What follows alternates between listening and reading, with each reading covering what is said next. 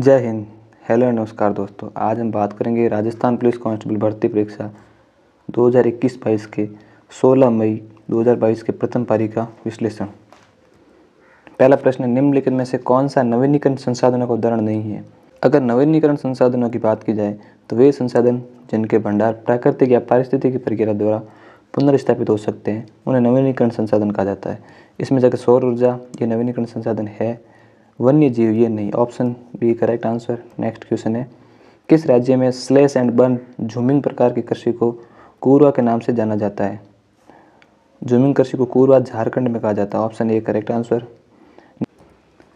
अगर बात की जाए PIL के पूर्ण रूप की तो है पब्लिक इंटरेस्ट लिटिगेशन, यानी option D correct answer. Next question है, घटनाओं का निम्नलिखित में से कौन सा युग सुमेलित नहीं है। ऑप्शन ए बंगाल विभाजन 1905, ऑप्शन बी अखिल भारतीय मुस्लिम लीग का गठन 1906, ऑप्शन सी है भारतीय राष्ट्रीय कांग्रेस का विभाजन 1907, ऑप्शन डी है लखनऊ समझौता 1911। यह ऑप्शन डी राइट है। लखनऊ समझौता होता है 1916 में, लखनऊ समझौता होता है 1916 में, और बंगाल विभाजन होता है 16 अक्टूबर 1905 को। अखिल भारतीय मुस्लिम लीग की स्थापना होती है 30 दिसंबर 1906 को, और कांग्रेस का विभाजन होता है 1907 को सूरत अधिवेशन में। सूरत अधिवेशन में जिसकी अध्यक्षता करते हैं रास बिहारी घोष। भारत के बारे में निम्नलिखित में से कौन सी सूचना सही नहीं है। ऑप्शन ए, भारत का कुल भूमि क्षेत्र 3.28 मिलियन वर्ग किलोमीटर है, ये सही है। अक्षांशीय विस्तार 8 डिग्री 4 मिनट उत्तरी अक्षांश से 37 डिग्री 6 मिनट उत्तरी अक्षांश तक है। देशांतरी विस्तार है 68 डिग्री 7 मिनट पूर्वी देशांतर से 97 डिग्री 25 मिनट पूर्वी देशांतर, ये भी सही है। कुल भूमि सीमा 18,200 किलोमीटर, यह गलत है। ऑप्शन डी करेक्ट आंसर है। अगर भारतीय कुल भूमि सीमा यानी कि अंतर्राष्ट्रीय सीमा की बात करें तो वह 15,200 किलोमीटर, जो 7 देशों के साथ भारत के 16 राज्य है वो 2 केंद्र शासित प्रदेश सीमा बनाते हैं। अगर भारत के साथ 7 पड़ोसी देश देखा जाए, पहला आता पाकिस्तान जो कि यहाँ तक सीमा बनाता है, छोटी सी सीमा अफगानिस्तान भी बनाता है POK के साथ। नेक्स्ट आता है चाइना, उसके बाद आता है नेपाल, भूटान, म्यांमार एंड बांग्लादेश। ये 7 देश है जो भारत के साथ सीमा बनाते हैं। 16 राज्य और 2 यूटीज़ की बात की जाए तो पहला गुजरात, राजस्थान, पंजाब, हिमाचल प्रदेश, उत्तराखंड, उत्तर प्रदेश, बिहार, सिक्किम, पश्चिम बंगाल, असम, अरुणाचल प्रदेश, नागालैंड, मणिपुर, मिजोरम, त्रिपुरा एंड मेघालय। ये 16 राज्य है प्लस 2 यूटीज़ है, एक जम्मू एंड कश्मीर, एक लद्दाख। 16 प्लस 2 18 राज्य और केंद्र शासित प्रदेश अंतर्राष्ट्रीय सीमा बनाते हैं। भारत की जलीय सीमा की बात की जाए तो संपूर्ण जलीय सीमा यानी कि मुख्य भूमि प्लस द्वीप की वो है 7,516 किलोमीटर, जिसमें 9 राज्य व 4 केंद्र शासित प्रदेश सीमा बनाते हैं। केवल मुख्य भूमि की जलीय सीमा की बात करें तो वह 6100 किलोमीटर, जिसमें 9 राज्य व 2 केंद्र शासित प्रदेश सीमा बनाते हैं। अब अगर 9 राज्य और 4 यूटीज़ की बात की जाए तो अपने इस प्रकार से है। तो पहला राज्य है गुजरात, महाराष्ट्र, गोवा, कर्नाटक, केरला, तमिलनाडु, आंध्र प्रदेश, उड़ीसा और पश्चिम बंगाल। ये 9 राज्य सीमा बनाते हैं। बात की जाए 4 केंद्र शासित प्रदेश की तो पहला केंद्र शासित प्रदेश आता है दादर एंड नागर हवेली, दूसरा केंद्र शासित प्रदेश आता है पुडुचेरी, चौथा आता है अंडमान निकोबार। ये 2 केंद्र शासित प्रदेश, एक है दादर एंड नागर हवेली और एक पुडुचेरी, मुख्य भूमि के साथ सीमा बनाते हैं, जबकि लक्षद्वीप और अंडमान निकोबार ये द्वीपीय भूमि के साथ सीमा बनाते हैं। नेक्स्ट क्वेश्चन है, भारत के पश्चिमी घाट की सबसे ऊंची चोटी कौन सी है। भारत के पश्चिमी घाट की सबसे ऊंची चोटी की बात करें तो वह है अनाईमुड़ी। अगर पश्चिमी घाट की बात की जाए तो 4 श्रेणियों में विभक्त है। पहली उत्तरी सह्याद्री, जिसकी सर्वोच्च चोटी है काल सुबई, जिसकी ऊंचाई है 1664 मीटर, ये महाराष्ट्र में अवस्थित है। नेक्स्ट बात की जाए दक्षिणी सह्याद्री की, जिसकी सर्वोच्च चोटी है कुद्रेमुख, जिसकी ऊंचाई 1892 मीटर, यह कर्नाटक में अवस्थित है। और अगर नीलगिरी की बात की जाए जिसकी सर्वोच्च चोटी है डोरा बेटा, जो कि 2637 मीटर, तमिलनाडु में अवस्थित है। और अगर अन्नामलाई की बात की जाए जिसकी सर्वोच्च चोटी है अनाईमुडी, जो कि 2695 मीटर इसकी हाइट है, केरला में अवस्थित है। और ये पश्चिमी घाट की सर्वोच्च चोटी है और ये दक्षिण भारत की भी सर्वोच्च चोटी है। बात की जाए कार्डमियम हिल्स अथवा इलायची की पहाड़ियाँ, जिसकी सर्वोच्च चोटी है महेंद्रगढ़, जिसकी ऊंचाई है 1000 मीटर। अगर बात की जाए पूर्वी घाट की, पश्चिम घाट की तरह सतत रूप में स्थित नहीं है, ये विखंडित रूप में स्थित है। इसकी अगर सर्वोच्च चोटी की बात की जाए तो वह महेंद्रगिरी, जिसकी ऊंचाई है 1501 मीटर। और बात की जाए पश्चिमी घाट की, पश्चिम घाट में कुछ दर्रे भी अवस्थित हैं। पहला दर्रा थाल घाट जो कि उत्तरी सह्याद्री में महाराष्ट्र में अवस्थित है, मुंबई को नासिक से, नासिक को कलकत्ता से जोड़ता है। नेक्स्ट है भोर घाट, ये भी उत्तरी सह्याद्री में महाराष्ट्र में अवस्थित है, ये मुंबई को पुणे से और पुणे को चेन्नई से जोड़ता है। नेक्स्ट बात की जाए पाल घाट की, नीलगिरी में केरला में अवस्थित है, ये नीलगिरी और अन्नामलाई को अलग करता है तथा कोचीन को कोयम्बटूर से और कोयम्बटूर को चेन्नई से जोड़ता है। नेक्स्ट की जाए सैनकोंडा की, ये इलायची की पहाड़ियाँ केरला में अवस्थित है, ये त्रिवेंद्रम को मदुरई से जोड़ता है। को अगर एक चित्र के माध्यम से देखा जाए तो कुछ इस प्रकार से होगा। ये हो गया अपना दक्षिण भारत, ये हो गया उत्तरी सह्याद्री, ये हो गया दक्षिण सह्याद्री, ये हो गया नीलगिरी, यहाँ से यहाँ अन्नामलाई, और ये हो गई इलायची की पहाड़ियाँ। इसमें अगर अब दर्रों की बात की जाए, यहाँ आता अपना थालघाट दर्रा, यहाँ आता है भोर घाट, नीलगिरी और अन्नामलाई की मध्य देखो तो यहाँ दर्रा आता है पाल घाट, और यहाँ आता है सैनकोंडा। ये 4 प्रमुख दर्रे हो गए, और इस प्रकार इस साइड विखंडित रूप में है पूर्वी घाट। सिंधु जल संधि 1960 के अनुसार भारत सिंधु नदी प्रणाली से कितने पानी का उपयोग कर सकता है? भारत इसमें 20% पानी का उपयोग कर सकता है। अगर सिंधु नदी जल संधि की बात की जाए तो 1960 में 19 सितंबर 1960 में होता है। ये भारत और पाकिस्तान के मध्य होता है। भारत की ओर से नेहरू जी ने साइन किए थे, जबकि पाकिस्तान की ओर से अयूब खान ने साइन किए थे। और मध्यस्थता की बात करें तो विश्व बैंक ने की थी। संधि की शर्तें देखें तो सतलज, व्यास, रावी, इन 3 नदियों का 80% पानी भारत यूज़ करेगा और 20% पाकिस्तान करेगा। सिंधु, चेनाब और झेलम, इसका 20% भारत यूज़ करेगा और 80% पाकिस्तान पानी यूज़ करेगा। अगर नेक्स्ट क्वेश्चन की बात की जाए, भारत की जनगणना 2011 का क्रम क्या है? तो भारत में जनगणना का प्रारंभ की बात करें तो 1872 में मेयो के काल में होता है। व्यवस्थित तथा दशक की जनगणना की बात करें तो 1881 में रिपन के काल में शुरू होती है। और स्वतंत्र भारत की पहली जनगणना की बात करें तो 1951 में होती है। 1872 से वर्तमान तक ये 15वीं जनगणना, 2011 की 15वीं जनगणना है, जिसके जनगणना आयुक्त थे सी चंद्रमौली। और अगर प्रथम जनगणना आयुक्त की बात करें तो वो थे WC प्लाउडेन। 2011 के जनगणना के अनुसार भारतीय जनसंख्या के बारे में कौन सी जानकारी सही नहीं है? ए भी सही है और डी भी सही है। और अगर शहरी जनसंख्या की बात करें, शहरी जनसंख्या तो 31.2%। MS वर्ड 2019 की फाइल की सभी सामग्री का चयन करने के लिए कीबोर्ड शॉर्टकट क्या है? तो वो है Ctrl+A, Ctrl+A, option D correct answer. Next है, निम्नलिखित में से कौन सा MS वर्ड 2016 का डिफ़ॉल्ट फॉन्ट प्रकार है? MS वर्ड 2016 के डिफ़ॉल्ट फॉन्ट प्रकार की बात करें तो कैलिबरी, यानी कि बी करेक्ट आंसर है। और अगर डिफ़ॉल्ट फॉन्ट साइज़ की बात करें तो वो थी 11।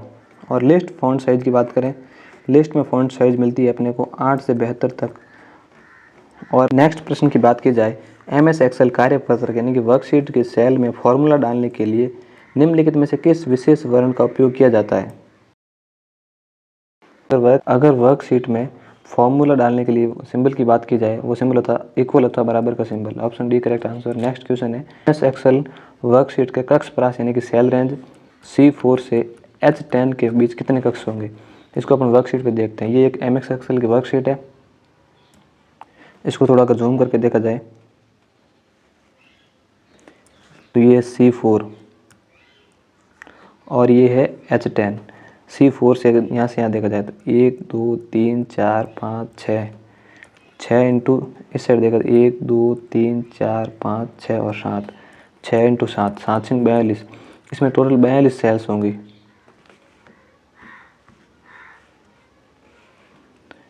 Option D correct answer. Next question है, अंतिम सेल ऑपरेशन को फिर से रीडू करने के लिए कीबोर्ड शॉर्टकट क्या है? रीडू के लिए शॉर्टकट की है Ctrl+Y और अनडू के लिए है शॉर्टकट की Ctrl+Z। नेक्स्ट क्वेश्चन है, निम्नलिखित MS एक्सेल फार्मूला का मान क्या होगा? ये आपने को फार्मूला दे रखा है फ्लोर 250,25। फ्लोर का अर्थ क्या होता है? फ्लोर का अर्थ है किसी संख्या को पूर्णांकित किया जाता है तो इसका मान पूर्णांकित संख्या से तुल्य या कम हो, यानी कि इसमें ऐसा पूर्ण संख्या कौन सी है जो या तो 250 या 250 से कम बराबर आनी चाहिए 25 का भाग देने पर, तो वो 250 ही है। Option C correct answer. अगर यहाँ 251 ऑप्शन में होता, 251 25 होता तो आंसर होता 250। 252 होने पर भी 250 ही होता। 275 तक आंसर 250 आता, 274 तक सॉरी। नेक्स्ट है किताबुल हिंद किसने लिखी थी। किताबुल हिंद की बात की तो वो अल बरूनी ने लिखी थी। अल बरूनी ने किताबुल हिंद की रचना की थी। अगर अबुल फजल की बात की जाए तो इसने 2 ग्रंथ की रचना की थी, एक थे अकबरनामा, दूसरा ग्रंथ लिखा था इसने आईने अकबरी, आईने। नेक्स्ट क्वेश्चन है निम्नलिखित में से कौन सा एक हैंड हेल्ड इनपुट डिवाइस है जिसका उपयोग स्क्रीन पर कर्सर या पॉइंटर को स्थानांतरित करने के लिए किया जाता है, तो वह माउस। और अगर माउस के खोज की बात करें तो माउस की खोज की थी डगलस एंजिल बार्ट ने, एंजिल बार्ट। नेक्स्ट क्वेश्चन है निम्नलिखित में से कौन सी कंप्यूटर कीबोर्ड की मान्य श्रेणी नहीं है। अगर इनमें से देखा जाए तो कंप्यूटर की ऑप्शन बी करेक्ट आंसर, ये मान्य श्रेणी नहीं है। नेक्स्ट क्वेश्चन है निम्नलिखित में से कौन सी एक इनपुट डिवाइस है लेकिन आउटपुट डिवाइस नहीं है। माउस इनपुट है बट आउटपुट नहीं है, ये करेक्ट आंसर है। ट्रैक बॉल ये भी इनपुट है बट आउटपुट नहीं है, यानी कि सी, एक व दो दोनों। नेक्स्ट क्वेश्चन है निम्नलिखित में से कौन सी कुंजी एक मानक कंप्यूटर कीबोर्ड पर 2 बार यानी कि डुप्लीकेट नहीं दिखाई देती है। वो टैब कुंजी है जो पर 2 बार नहीं होती है, ये तीनों 2 बार होती है। नेक्स्ट क्वेश्चन है निम्नलिखित में से कौन सा बड़ी स्क्रीन पर आवर्धित टेक्स्ट, चित्र और वीडियो बनाने के लिए प्रकाश और लेंस का प्रयोग करता है, वो है projector. Option A correct answer. Next है निम्नलिखित में से कौन सा ऑपरेटिंग सिस्टम के मान्य कार्य नहीं है। अगर ऑपरेटिंग सिस्टम के मान्य कार्यों की बात करें तो processor management, user interface management. User interface भी 2 प्रकार का होता है, एक कैरेक्टर और एक ग्राफिकल यूज़र इंटरफेस। नेक्स्ट है input output management, memory management, file management and security management. तो डेटाबेस, ये कंप्यूटर मैनेजमेंट, डेटाबेस का मैनेजमेंट का कार्य ऑपरेटिंग सिस्टम नहीं करता है। नेक्स्ट क्वेश्चन है निम्नलिखित में से कौन सा वेन आरेख नीचे दिए गए वर्गों के बीच संबंध को सबसे अच्छी तरीके से दर्शाता है। अमरूद, केला और नाशपाती, ये तीनों फल है, अलग अलग फल है, तो option A correct answer. Question है नीचे एक पासे की 2 भिन्न स्थितियां दर्शाई गई है, ज्ञात करें कि कौन सा अक्षर आर अक्षर वाले फलक के विपरीत फलक पर दिखाई देगा। देखो इसमें 2 प्रकार, अगर एक अक्षर कॉमन है तो उससे अपन क्लॉकवाइज चल लेते हैं, और अगर दोनों कॉमन है तो जैसे इसमें पी और क्यू दोनों कॉमन है, पी और क्यू, तो आर का विपरीत हो जाएगा टी, तो ऑप्शन डी करेक्ट आंसर है। नीचे दिए गए शीट को मोड़कर एक घन बनाया जाता है। इस प्रकार बने घन में 2 दर्शाने वाले फलक के विपरीत फलक पर कौन सी संख्या होगी। इसमें जो भी एकांतर अथवा अल्टरनेट होते हैं वो विपरीत होते हैं, जैसे कि 1 का विपरीत 6, 2 का विपरीत 4 और 3 का विपरीत 5। तो इसमें अपने को 2 का विपरीत पूछा है, 2 का विपरीत आ जाएगा अपना 4, 2 का विपरीत है 4, ऑप्शन बी करेक्ट आंसर है।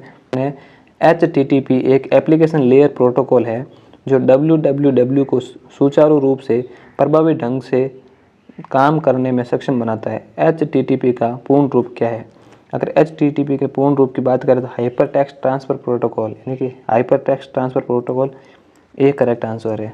नेक्स्ट क्वेश्चन दे रखा निम्नलिखित में से कौन सा एक वैध IP एड्रेस नहीं है। देखो IP एड्रेस 2 प्रकार के होते हैं, एक IP एड्रेस वर्जन 4 जो कि 32 बिट के लिए होता है, 32 बिट, जिसमें अपन 0 से 255 तक कोई भी अक्षर हो सकता है।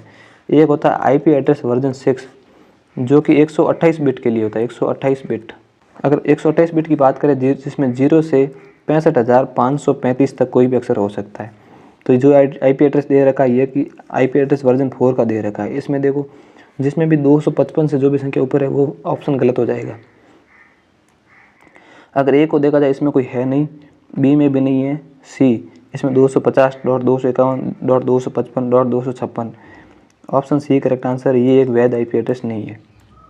नेक्स्ट क्वेश्चन है निम्नलिखित में से कौन सा विकल्प निम्नलिखित कथनों की सत्यता का सबसे अच्छा वर्णन करता है। कथन फर्स्ट दे रखा है सफारी एक वेब ब्राउज़र है जिसे एप्पल द्वारा बनाया गया है या फिर एप्पल द्वारा विकसित किया गया है। बिल्कुल सही है, सफारी एक वेब ब्राउज़र है जिसे एप्पल ने डेवलप किया है। एज एक वेब ब्राउज़र नहीं है, एज एक वेब ब्राउज़र है जो कि माइक्रोसॉफ्ट द्वारा विकसित किया गया है। इसे माइक्रोसॉफ्ट ने विकसित किया और ये विंडो 10 में बाई डिफ़ॉल्ट आता है, विंडो 10 में बाई डिफ़ॉल्ट आता है। नेक्स्ट क्वेश्चन है निम्नलिखित में से किस स्मृति अथवा मेमोरी में अपनी सामग्री हटाने के लिए पराबैंगनी प्रकाश की आवश्यकता होती है। अगर डेटा डिलीट करने के लिए पराबैंगनी किरणों की बात की जाए तो EPROM में इसका उपयोग किया जाता है, EPROM में, ऑप्शन सी करेक्ट आंसर। अगर अपन मेमोरी को देखा जाए तो ये 2 प्रकार की होती है, एक प्राइमरी मेमोरी, एक होती है सेकेंडरी मेमोरी। प्राइमरी भी 2 प्रकार की होती है, एक होती है रैम एंड रोम। रैम की फुल फॉर्म की बात की जाए रैंडम एक्सेस मेमोरी, ये आगे जाके दो प्रकार की होती है, एस रैम यानी कि स्टैटिक रैम और डी रैम यानी कि डायनामिक रैम। जो डायनामिक रैम होती है इसे बार बार रिफ्रेश की आवश्यकता होती है, इसे रिफ्रेश की आवश्यकता होती है।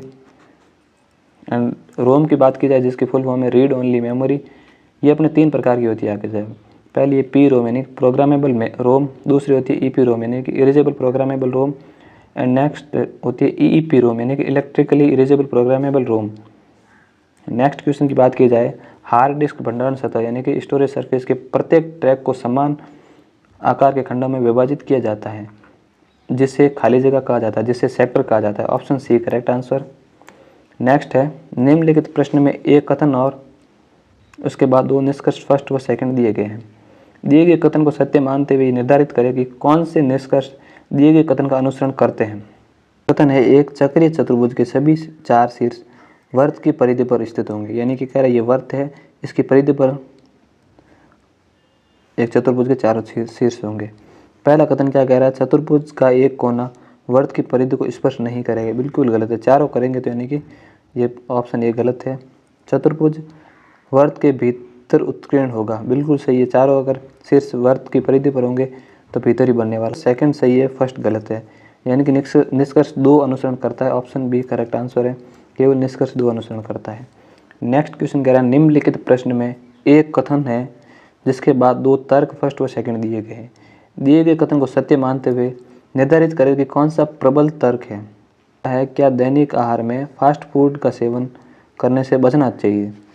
तर्क पहला कह रहा है हाँ, फास्ट फूड खाने से हृदय रोग का जोखिम बढ़ जाता है, इसमें ऐसा हृदय रोग का कहीं उल्लेख नहीं है और रोग बढ़ जाता है, ये कोई प्रबल तर्क नहीं हुआ। नेक्स्ट है नहीं, ऐसे खाद्य पदार्थ स्वादिष्ट और पकाने में आसान होते हैं। तर्क सेकंड बिल्कुल प्रबल तर्क है, एक की तुलना में, यानी कि केवल दो प्रबल। कौन सी संख्या दी गई श्रृंखला में प्रश्नवाचक चिन्ह को प्रतिस्थापित करेगी। 19, 38, 57, 76, यानी कि 19 इंटू 1, 19 इंटू 2, 19 इंटू 3, 19 इंटू 4 और 19 इंटू 5 हो रहा है। 19 दूना 38, 19 तिया 57, 19 चौक 76, 19 पंजे 95, 95। Option C correct answer. Next question कह रहा है कौन सा अक्षर यानी कि अक्षर द्वीप दी गई श्रृंखला में प्रश्न चिन्ह को प्रतिस्थापित करेगा, यानी कि एक्स डब्ल्यू। ये अपने कुछ इस प्रकार से दे रखा है।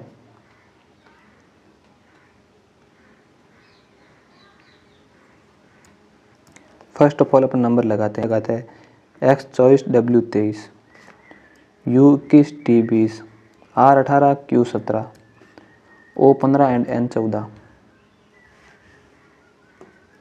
देखो यहाँ से यहाँ हो रहा है -3, यहाँ भी -3, यहाँ पर भी -3 हो रहा है, यहाँ पर भी हो रहा है -3, यहाँ पर भी हो रहा है -3, यहाँ पर भी हो रहा है -3। तो आगे 15 में से 3 घटाने पर बचेगा 12 और 14 में से 3 घटाने पर बचेगा 11। 12 नंबर पर आता अपना एल और 11 नंबर पर आता के, एल के। ऑप्शन ए करेक्ट आंसर है। नेक्स्ट क्वेश्चन है कौन सा अक्षरांकीय पद दी गई श्रृंखला में प्रश्न चिन्ह को प्रतिस्थापित करेगा। G7, L12, Q17, यानी कि ABCD का अक्षर और उसके नंबर दे रखे हैं, ठीक है। 7 और 5 12, 12 और 5 17, तो यानी 17 और 5 22, यानी कि V22। Option C correct answer है। नेक्स्ट क्वेश्चन है कौन सी संख्या दी गई श्रृंखला में प्रश्न चिन्ह को प्रतिस्थापित करेगी। हम उसको श्रृंखला दे रखी है 11, 22, 25, 50, 53 और 106। देखो यहाँ तो 1 इंटू 2 हो रहा है, 11 दूना 22 इंटू 2, यहाँ पर भी इंटू 2 हो रहा है, यहाँ पर भी इंटू 2 हो रहा है। अपने को यहाँ से यहाँ तक का लॉजिक देखना है। देखो यहाँ फिलहाल देखते हैं +3 हो रहा है, यहाँ पर भी +3 हो रहा है, तो यहाँ पर +3 करते हैं तो आता है 109 और इंटू 2 करेंगे 218। आगे की संख्या दे रही है 109। ऑप्शन ए करेक्ट आंसर है, यानी ऑप्शन ए करेक्ट आंसर। और उससे आगे वाले पूछा था ऑप्शन आ जाता 218। यदि 45 भाग 15 को लिखा जाता है 30, 23 भाग 10 को लिखा जाता है 13, तो 90 भाग 15 को क्या लिखा जाएगा। देखो 45 भाग 15 को लिखा जा रहा है 30, यानी कि दोनों में माइनस हो रहा है, 45 माइनस 15। और नेक्स्ट देखते हैं 23/10 बराबर 13, यहाँ भी माइनस हो रहा है, यानी कि 90 माइनस 15 की बात की जाए तो आ जाएगा 75, यानी ऑप्शन बी करेक्ट आंसर। अगर नेक्स्ट क्वेश्चन की बात की जाए, यदि P का अर्थ प्लस है, P का अर्थ है प्लस, Q का अर्थ माइनस है और R का अर्थ इनटू है, तो निम्न व्यंजन का मान क्या होगा? अपने को इसका मान ज्ञात करना है। R का अर्थ है इनटू, 9 × 4, P का अर्थ है प्लस 5, R का अर्थ है इनटू 5, Q का अर्थ है माइनस 7, 9 चौक 36, 55 25 माइनस 7, 25 माइनस 7 यानी कि 18, 36 प्लस 18 54, 36 प्लस 18 हो गया 54, यानी कि डी करेक्ट आंसर है। क्वेश्चन है, गीता दक्षिण की ओर 10 किलोमीटर चलती है। गीता दक्षिण की ओर 10 किलोमीटर चलती है और दाईं ओर मुड़ती है और 20 किलोमीटर चलती है। दाएं मुड़ी और ये 20 किलोमीटर चल गई, 20 किलोमीटर चलती है, फिर दाएं मुड़ती है और 10 किलोमीटर चलती है, फिर दाएं मुड़ी और 10 किलोमीटर चल गई। अंत में वो दाईं ओर मुड़ती है और 10 किलोमीटर चलती है, अंत में दाईं ओर मुड़ी और 10 किलोमीटर चल गई। तो अपने प्रारंभिक बिंदु से कितनी दूरी पर अवस्थित है? देखो ये प्रारंभिक बिंदु और ये वर्तमान पॉइंट है, तो यहाँ से यहाँ टोटल दूरी 20 किलोमीटर है, 20 में से 10 कम करने पीछे बचा 10, यानी कि टोटल 10 किलोमीटर ये वर्तमान प्रारंभिक बिंदु से दूर है। एल हैज एम का मतलब है एल एम की पुत्री है, एल डॉलर एम का मतलब है एल एम की माँ है, एल प्रतिशत एम का मतलब है एल एम का भाई है। अपने इसे सॉल्व करना है। J dollar H, dollar L M की माँ है, जे माँ है किसकी? एच की। दूसरा है एच प्रतिशत के, एल एम का भाई है, यानी कि एच भाई है के का, एच भाई है के का। के हैज जी, हैज का मतलब है एल एम की पुत्री है, यानी के पुत्री है जी की, के पुत्री हो गई जी की, यानी कि जी पति हो गया जे का, ये दोनों पति पत्नी हो गए। जे का के से क्या संबंध है? जे के की हो गई माता, option D correct answer. Next है, निम्नलिखित प्रश्न में एक कथन और उसके बाद निष्कर्ष फर्स्ट व सेकंड दिए गए कथन को सत्य मानते हुए ये निर्धारित करें कि कौन से निष्कर्ष दिए गए कथन का अनुसरण करते हैं। कथन है, माया के पास कक्षा में 4 पेंसिल है। निष्कर्ष पहला दे रखा है, कक्षा में कम से कम एक विद्यार्थी के पास ठीक 4 पेंसिल है, तो माया के पास 4 पेंसिल है, यानी कि कथन निष्कर्ष एक तो सही है। निष्कर्ष सेकंड कह रहा है, कक्षा के सभी विद्यार्थियों के पास प्रत्येक विद्यार्थी 4 पेंसिल है, यानी कि कह रहा है कक्षा के प्रत्येक विद्यार्थी के पास 4 पेंसिल है। प्रत्येक यहाँ दे नहीं रखा, ओनली माया का बता रखा है। सेकंड निष्कर्ष अनुसरण नहीं करता, केवल फर्स्ट करता है, यानी कि केवल फर्स्ट, सी करेक्ट आंसर हो गया। 2011 की जनगणना के अनुसार भारत की निम्नलिखित में से किस अनुसूचित भाषा को बोलने वालों की संख्या नगण्य है? वो भाषा बात की जाए, संस्कृत को बोलने वाले की संख्या लगभग नगण्य है। अगर भाषा की बात की जाए तो भारतीय संविधान की अनुसूची 8 में भाषा का उल्लेख है, जहाँ संवैधानिक मान्यता प्राप्त भाषाओं का उल्लेख मिलता है। इसमें मूल संविधान में 14, वर्तमान में 22 भाषाएं हैं, ठीक है। 21वां संविधान संशोधन 1967 के द्वारा सिंधी को जोड़ा गया था। 71वां संविधान संशोधन 1992 के द्वारा नेपाली, मणिपुरी और कोंकणी को जोड़ा गया था।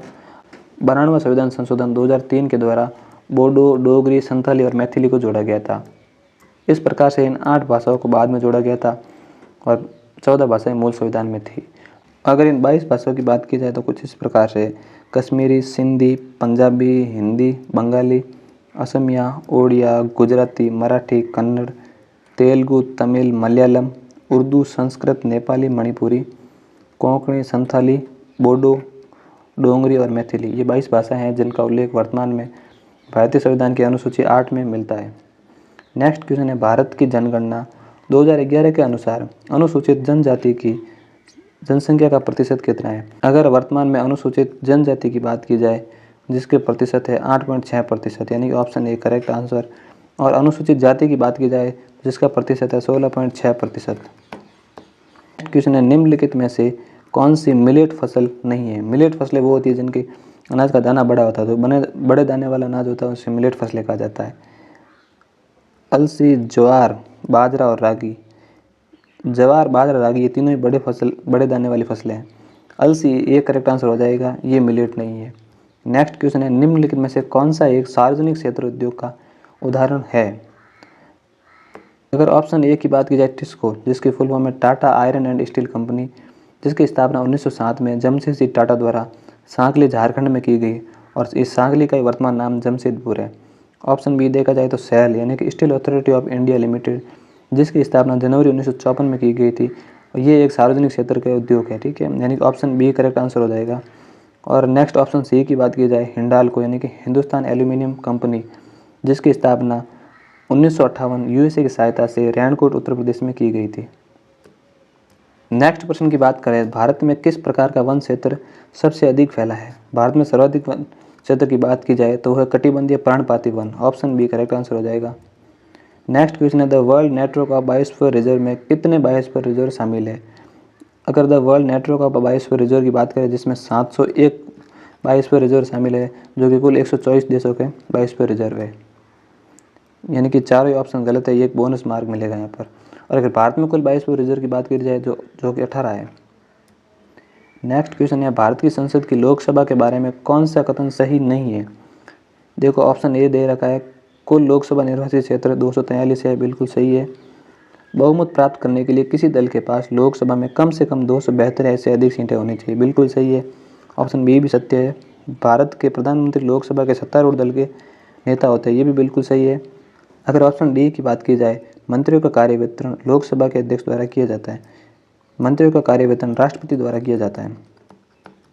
अगर इसमें गलत कथन की बात करें तो ऑप्शन डी है, ऑप्शन डी। और अगर भारतीय संसद की बात की जाए जिसका उल्लेख संविधान के अनुच्छेद 79 में मिलता है, जो कि राज्यसभा, लोकसभा और राष्ट्रपति से मिलकर बनती है। अगर राज्यसभा की बात की जाए जिसका उल्लेख भारतीय संविधान के अनुच्छेद 80 के अंदर मिलता है। और इसका अन्य नाम की बात की जाए, उच्च सदन,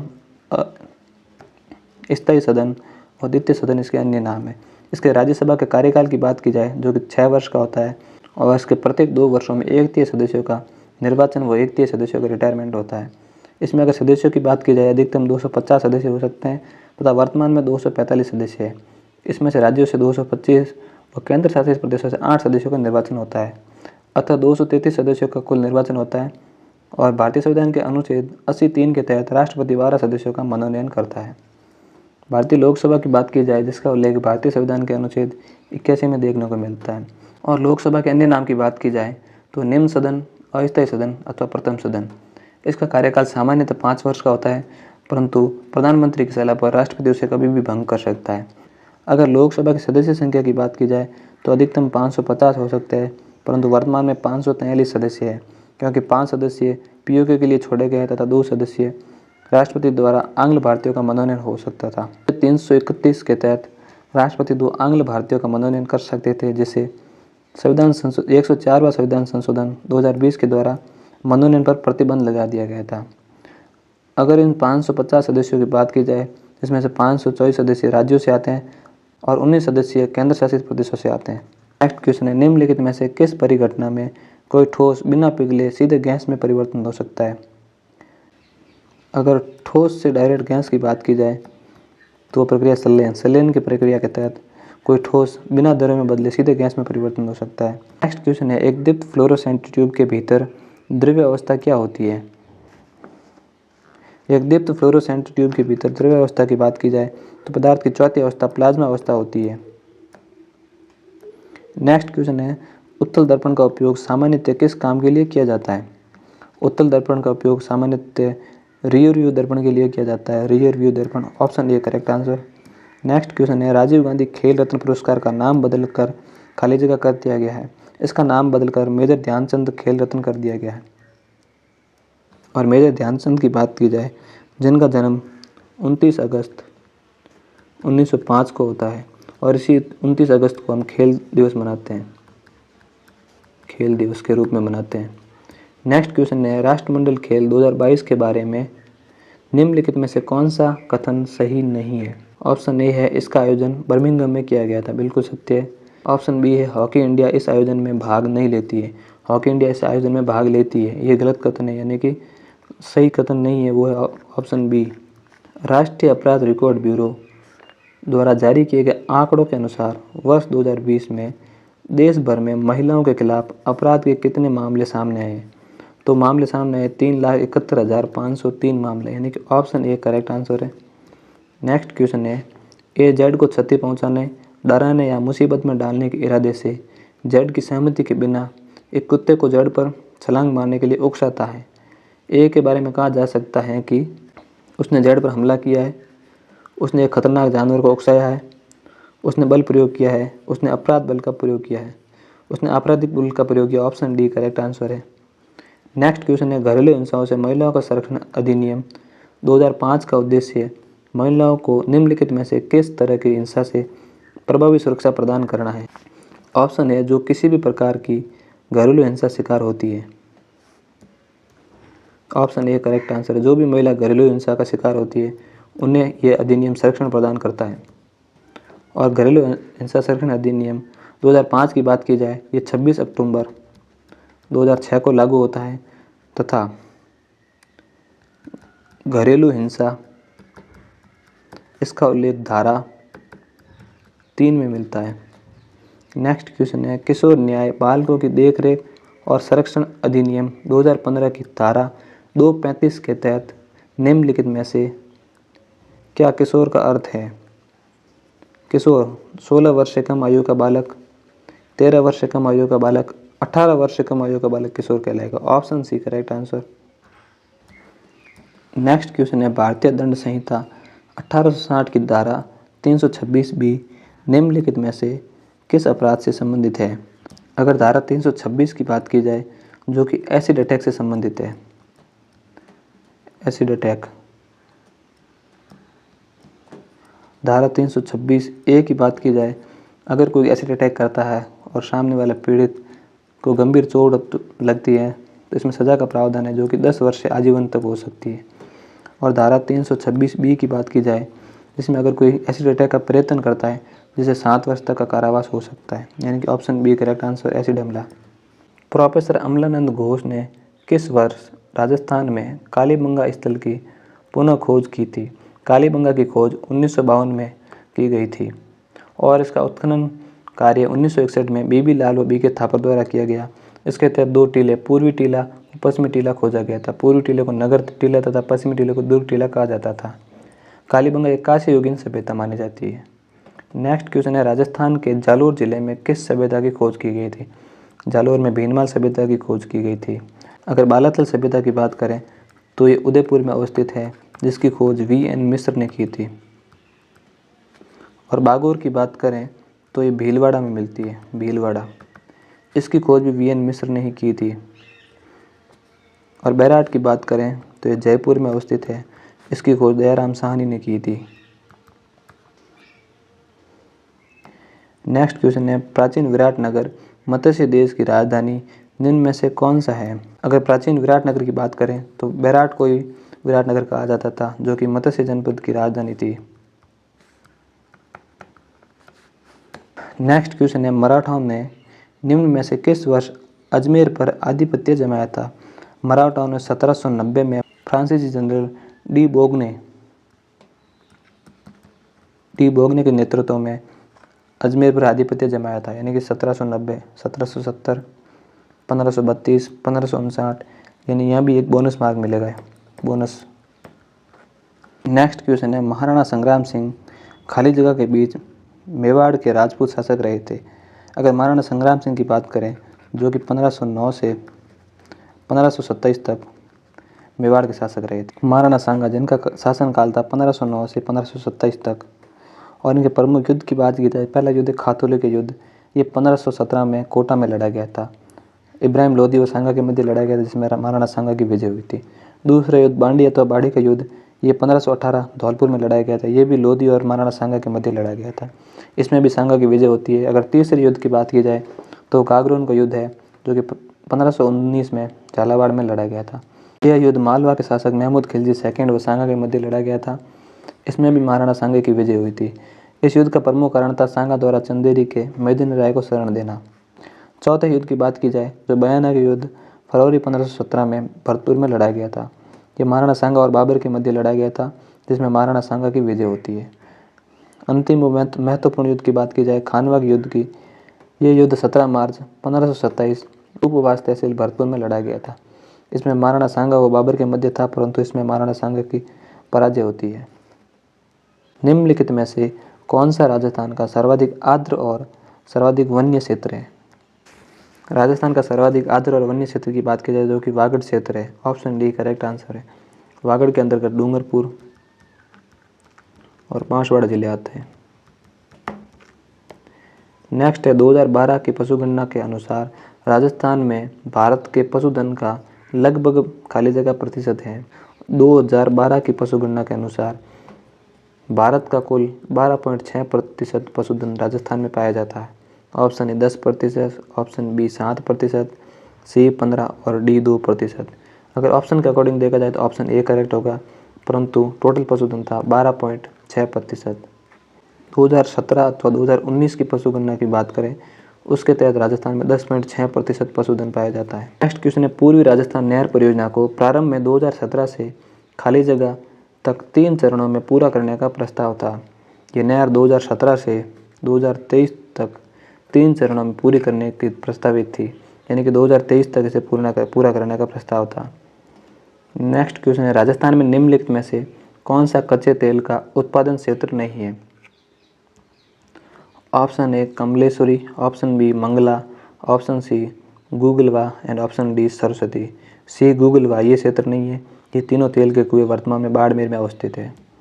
अगर राजस्थान में कुल कच्चे तेल उत्पादन की बात की जाए जिसका योगदान 20% है, तथा प्रथम बार 1954 में ONGC द्वारा गुड़ामालानी में खोज प्रारंभ की गई, परंतु 1999 में केन एनर्जी स्कॉटलैंड द्वारा गुड़ामालानी क्षेत्र में तेल की खोज की गई, तथा 29 अक्टूबर 2009 को केन एनर्जी ने प्रथम तेल का कुआं मंगला खोदा था बाड़मेर में। और अन्य तेल के कुओं की बात की जाए तो मंगला, ऐश्वर्या, भाग्यम, सरस्वती, विजया, राजेश्वरी, शक्ति, कमलेश्वरी एंड वंदना ये तेल के कुएं अवस्थित है। अगर नेक्स्ट क्वेश्चन की बात की जाए, भारत की जनगणना 2011 के अनुसार राजस्थान भारत का खाली जगह सर्वाधिक जनसंख्या वाला राज्य है।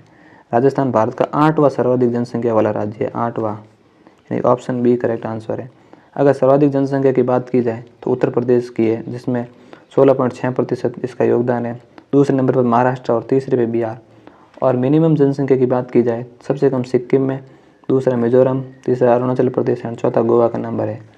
राजस्थान की जनसंख्या 8.6 करोड़ है, जो कि जिसमें भारत की जनसंख्या का 15.3% हिस्सा है। भारत की जनगणना 2011 के अनुसार राजस्थान की साक्षरता दर कितनी है? 2011 की जनगणना के अनुसार राजस्थान की साक्षरता दर की बात करें तो 66.11%। अगर राजस्थान की साक्षरता दर की बात की जाए तो 66.11% है। सर्वाधिक साक्षरता दर कोटा की 76.6% है। दूसरे नंबर पर जयपुर एंड तीसरे नंबर पर झुंझुनू आता है। अगर न्यूनतम साक्षरता की बात करें तो जालोर की 54.9%, दूसरे नंबर पर सिरोही, तीसरे नंबर पर प्रतापगढ़ है। और अगर पुरुष साक्षरता दर की बात की जाए तो 79.2% है। सर्वाधिक पुरुष साक्षरता झुंझुनू में, दूसरे नंबर पर कोटा एंड तीसरे पर जयपुर आता है। न्यूनतम पुरुष साक्षरता दर की बात करें तो प्रतापगढ़ में, दूसरा बांसवाड़ा एंड तीसरा सिरोही है। और अगर महिला साक्षरता दर की बात करें तो 52% है, जिसमें सर्वाधिक कोटा में, दूसरा नंबर जयपुर का एंड तीसरा झुंझुनू का आता है। न्यूनतम महिला साक्षरता दर की बात करें तो सबसे कम है जालोर में, दूसरा सिरोही एंड तीसरा जैसलमेर का नंबर आता है। जैसलमेर और सिरोही की लगभग समान महिला साक्षरता दर है। फरवरी 2022 तक प्राप्त जानकारी के अनुसार राजस्थान में कुल कितने जिले हैं? राजस्थान में कुल 33 जिले हैं। राजस्थान को विकास के लिए खाली जगह कृषि जलवायु क्षेत्रों में वर्गीकृत किया गया है। राजस्थान को विकास के लिए 10 कृषि जलवायु क्षेत्रों में विभाजित किया गया है, यानी कि ऑप्शन सी करेक्ट आंसर है।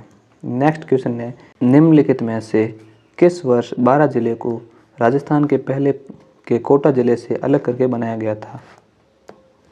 12 को कोटा से अलग करके 10 अप्रैल 1991 को बनाया गया था, यानी कि 1991। Option C correct answer.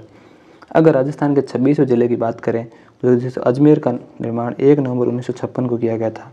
27वां जिला धौलपुर, जिसे भरतपुर से अलग करके 15 अप्रैल 1982 को बनाया गया था। 28वां जिला बारा, जिसे कोटा से अलग करके 10 अप्रैल 1991 को बनाया गया था। 10 अप्रैल 1991 को 3 जिलों का निर्माण किया गया था, बारा, कोटा और राजसमंद। कोटा को जयपुर से जबकि राजसमंद को उदयपुर से अलग किया गया था। राजस्थान के 31वें जिले की बात करें, हनुमानगढ़ का निर्माण गंगानगर से अलग करके 2 जुलाई 1994 को किया गया था। और राजस्थान के 32वें जिले करौली की बात करें, इसे सवाई माधोपुर से अलग करके 19 जुलाई 1997 को अलग किया था। और अगर वर्तमान में नवीनतम जिले प्रतापगढ़ की बात करें, इसका निर्माण 26 जनवरी 2008 को चित्तौड़गढ़ की छोटी सादड़ी, प्रतापगढ़ और अरनोद तहसील तथा उदयपुर की दरियाबाद तहसील व बांसवाड़ा की पीपलकोट तहसील से मिलाकर किया गया था। नेक्स्ट प्रश्न है, निम्नलिखित में से कौन दिसंबर 1992 में राष्ट्रपति शासन से ठीक पहले राजस्थान के मुख्यमंत्री थे? तो वो थे Bhairon Singh Shekhawat. Option D correct. अगर राजस्थान में राष्ट्रपति शासन की बात करें तो अब तक 4 बार राजस्थान में राष्ट्रपति शासन लागू हो चुका है। पहली बार राष्ट्रपति शासन 13 मार्च 1967 से 26 अप्रैल 1967 तक लगा था। इससे पहले मुख्यमंत्री मोहनलाल सुखाड़िया थे और राज्यपाल संपूर्णानंद थे। ये सबसे कम समय तक लगने वाला राष्ट्रपति शासन है। दूसरी बार राष्ट्रपति शासन 30 अप्रैल 1977 से 21 जून 1977 तक लगा था। इससे पहले मुख्यमंत्री हरदेव जोशी जी थे तथा राज्यपाल वेदपाल त्यागी जी थे।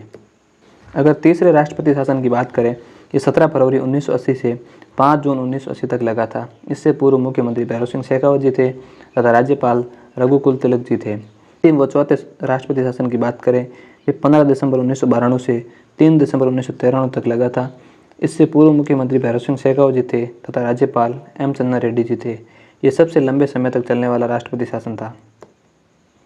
निम्नलिखित में से किस वर्ष राजस्थान सरकार ने राज्य मानवाधिकार आयोग के गठन के लिए अधिसूचना जारी की थी? अधिसूचना 1999 में जारी कर ली गई, जबकि इसने अपना कार्यभार 2000 में शुरू किया था।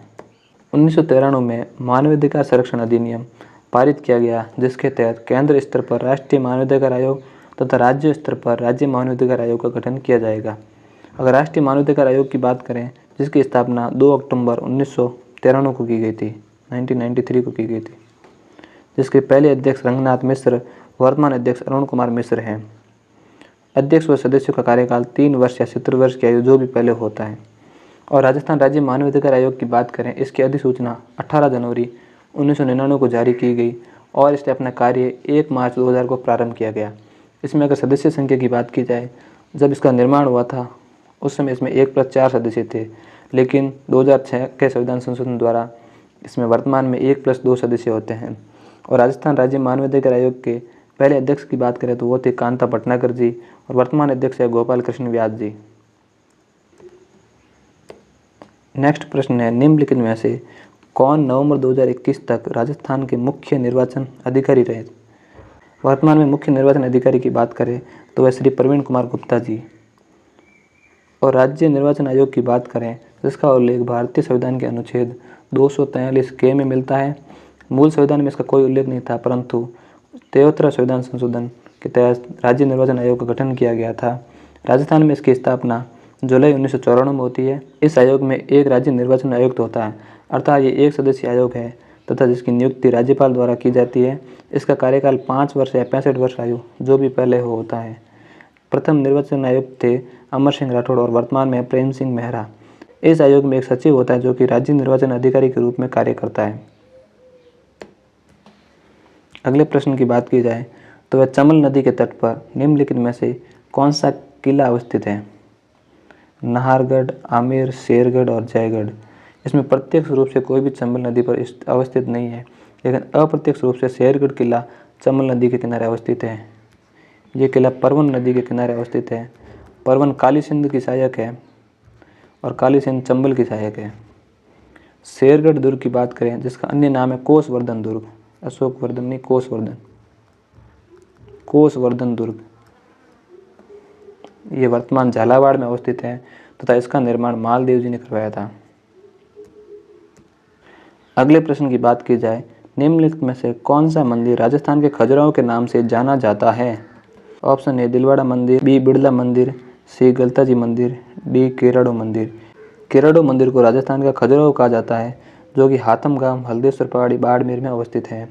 और अगर दिलवाड़ा मंदिर की बात करें, ये सिरोही में अवस्थित है, जयपुर में, तथा गलता जी भी जयपुर में अवस्थित है। गलता जी को राजस्थान की मंकी वैली भी कहा जाता है।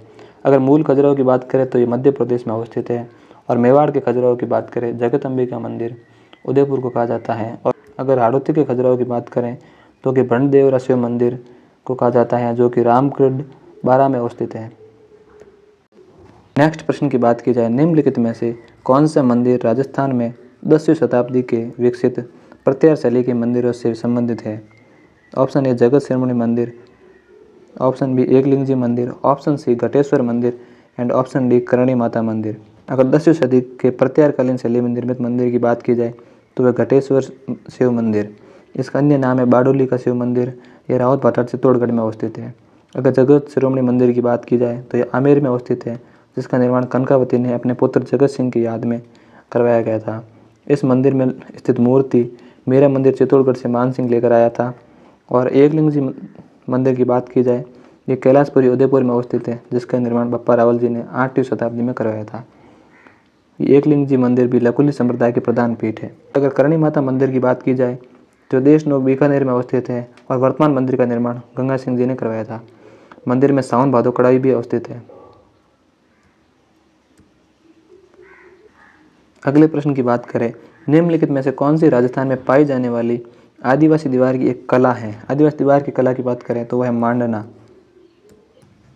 अगर पाने की बात की जाए, पेपर पर भगवान के चित्र को प्रिंट करना पाने कहलाते हैं। ये सांगानेर जयपुर के प्रसिद्ध है और सांगानेर में एशिया की सबसे बड़ी पेपर प्रिंट मिल अवस्थित है। कावड़ की बात की जाए तो ये लकड़ी से निर्मित मंदिरनुमा आकृति होती है, जिसका अंदर से रंग लाल होता है और ये बस्सी गांव चित्तौड़गढ़ के प्रसिद्ध है। और इसी कावड़ में अगर मूर्ति स्थापित कर दी जाए तो उसे बेवाण कहा जाता है। मूर्ति स्थापित करने के बाद जो उसे बेवाण कहा जाता है। ये भी बस्सी गांव चित्तौड़गढ़ की प्रसिद्ध है। प्रश्न है, काती बिहू उत्सव किस राज्य में मनाया जाता है? अगर काती बिहू उत्सव की बात की जाए तो ये असम में मनाया जाता है। अगले प्रश्न की बात करें, कौन सा राज्य हर साल तौसाली राष्ट्रीय शिल्प मेला का आयोजन करता है? तौसाली राष्ट्रीय शिल्प मेले का आयोजन प्रतिवर्ष ओडिशा करता है। भारतीय नृत्य और संबंधित राज्यों के बारे में निम्न में से कौन सा युग्म सुमेलित नहीं है? Bharatanatyam Tamil Nadu, Mohiniyattam Kerala, Sattriya Assam, Chhau Gujarat. Option D correct answer है। गुजरात डांडिया नृत्य प्रसिद्ध है। 2022 तक टोक्यो ओलंपिक के दौरान भारतीय ओलंपिक संघ के अध्यक्ष कौन थे? वर्तमान में भारतीय ओलंपिक संघ के अध्यक्ष की बात करें तो थे Narendra Dhruv. Option B correct answer. Next प्रश्न की बात करें, यह पुरुष हॉकी स्टार अवार्ड 2020-21 में प्लेयर ऑफ द ईयर के रूप में किससे सम्मानित किया गया? 2020-21 के प्लेयर ऑफ द ईयर की बात करें तो हरमनप्रीत सिंह को सम्मानित किया गया था। अगले प्रश्न की बात करें, दंड प्रक्रिया संहिता के तहत आरोप किस भाषा में लिखा जाता है? आरोप न्यायालय की भाषा में लिखा जाता है। Option C correct answer. अगले प्रश्न की बात करें, सती निवारण अधिनियम 1987 की धारा 5 के तहत जो कोई सतीक्रम के गौरवान्वयन का कोई कार्य करेगा उसे कम से कम खाली जगह की अवधि के लिए कारावास दी जाएगी। उसे कम से कम 1 वर्ष की कारावास दी जाएगी। अगला प्रश्न, बाल एवं किशोर श्रम प्रतिषेध और विनिमय अधिनियम 1986 की धारा 2 सेकंड के तहत बालक का अर्थ उस व्यक्ति से है जिसने खाली जगह या निःशुल्क और अनिवार्य बाल शिक्षा अधिकार अधिनियम 2009 में यथा निर्दिष्ट आयु जो भी अधिक हो पूरी न की हो। बाल एवं किशोर श्रम प्रतिषेध विनिमय अधिनियम 1986 के तहत अगर बालक की बात की जाए तो जिसने 14 वर्ष की आयु पूर्ण नहीं की वो बालक कहलाएगा, यानी कि 14 वर्ष की आयु। Option B correct answer. किशोर न्याय बालकों की देखरेख और संरक्षण अधिनियम 2015 की धारा 2(7) के तहत निम्न में से प्राधिकरण का क्या अर्थ है? प्राधिकरण की बात की जाए, केंद्रीय दत्तक ग्रहण संसाधन प्राधिकरण। ऑप्शन सी करेक्ट आंसर है। अगला क्वेश्चन है, लैंगिक अपराधों से बालकों का संरक्षण अधिनियम 2012 की धारा 8 के अनुसार लैंगिक हमले के लिए निर्धारित सजा इनमें से क्या है? लैंगिक हमले के लिए सजा की बात की जाए, कम से कम 3 वर्ष जिसे 5 वर्ष तक बढ़ाया जा सकता है, यानी कि option A correct answer. Marwar के शाही घराने से संबंध एक राजपूत रईस और 17वीं शताब्दी के भारत में मुगल सम्राट शाहजहाँ के दरबारी कौन थे? अगर शाहजहाँ के दरबारी की बात करें तो अमर सिंह राठौड़।